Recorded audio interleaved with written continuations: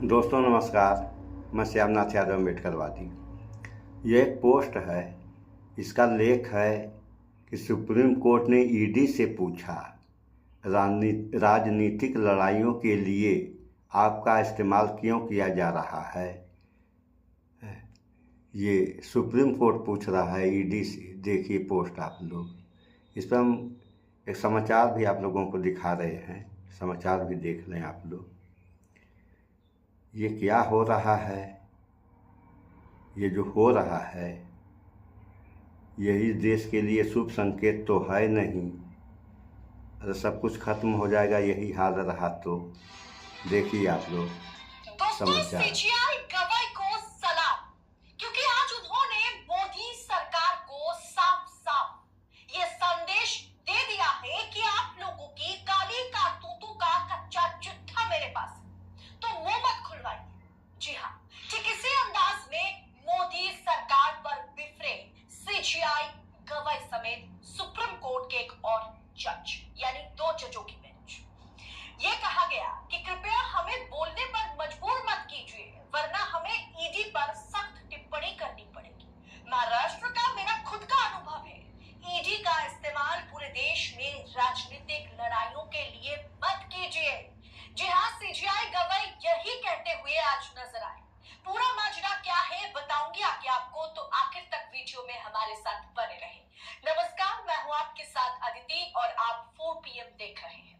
दोस्तों, आज एक तरफ सदन में तहलका मचा तो दूसरी तरफ सुप्रीम कोर्ट में भी मोदी सरकार के इशारे पर काम करने वाली सत्ता के आगे रेंगने लगी ईडी को सुप्रीम कोर्ट ने पटक पटक के धोया है। दोस्तों, आपको पहले भी बताया था कि कर्नाटक में सरकार गिराने की कोशिश मोदी शाह कर रहे हैं। यही इसीलिए तो कहा जाता है ना कि जहां बीजेपी की सरकार बनी वहां तो बनी, जहां नहीं बनी वहां भी बनती है, क्योंकि सरकार को गिराया जाता है, विधायकों को खरीदा जाता है। और कर्नाटक में यही खेल चल रहा। कर्नाटक में सिद्धरामैया, जो कि करंट सीएम है, सिटिंग सीएम है कांग्रेस के, सिद्धरामैया मूडा केस में फंसे हुए हैं। अब उनकी बीवी को भी इसमें घसीटा गया। कर्नाटक में सरकार गिराने की पूरी कोशिश, इसी स्कैम को एक तरीके से सामने रख करके कोशिश हो रही है कि पीछे सरकार गिराया जाए। अब क्या हुआ कि सिद्धरामैया की बीवी को भी इसमें फंसाया गया। उनकी बीवी को नोटिस भेजा गया, ईडी ने नोटिस भेजा, मामला सुप्रीम कोर्ट पहुंचा तो सीजीआई गवाई समेत एक और जज, सीजीआई गवाई और एक और जज की बेंच ने ईडी को नसीहत दी है कि ये सब जो तमाशा है ना, इसे बंद कीजिए, क्योंकि हमें बहुत अच्छे से सब कुछ मालूम है कि आप कर क्या रहे हैं। खबर देखिए आपकी स्क्रीन पर। सुप्रीम कोर्ट की ईडी को फटकार, सिद्धरामैया की पत्नी को समन भेजने पर कहा राजनीतिक लड़ाई चुनाव तक ठीक है, इसके लिए एजेंसियों का इस्तेमाल क्यों। ये बात करने में कोई गुरेज नहीं है कि कोई हिचकिचाहट भी नहीं है, ये ना होनी चाहिए कि ईडी को पॉलिटिकली यूज किया जा रहा है। आप देख लीजिए महाराष्ट्र को, दिल्ली में केजरीवाल सरकार के तमाम नेताओं को, सांसद को भी घेरा गया। छत्तीसगढ़ में भूपेश बघेल को भी घेरा गया। बड़े बड़े नेताओं पर, विपक्षी पार्टियों पर मनी लॉन्ड्रिंग का आरोप लगाने के बावजूद भी एक भी केस में ईडी के पास ऐसा कुछ भी प्रूफ नहीं हुआ, या ना ही ईडी कोर्ट के आगे कुछ प्रूफ कर पाई, और सभी नेता अब बेल पे बाहर है।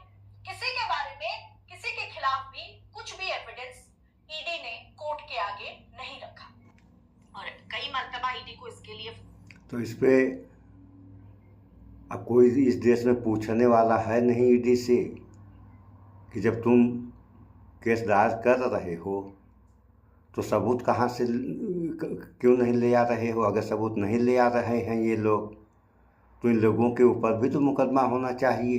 अगर जो गलत कर रहा है उसकी जवाबदेही नहीं बनेगी तो गलत करते जाएगा, चाहे कुछ भी गलत में कुछ भी कर दे।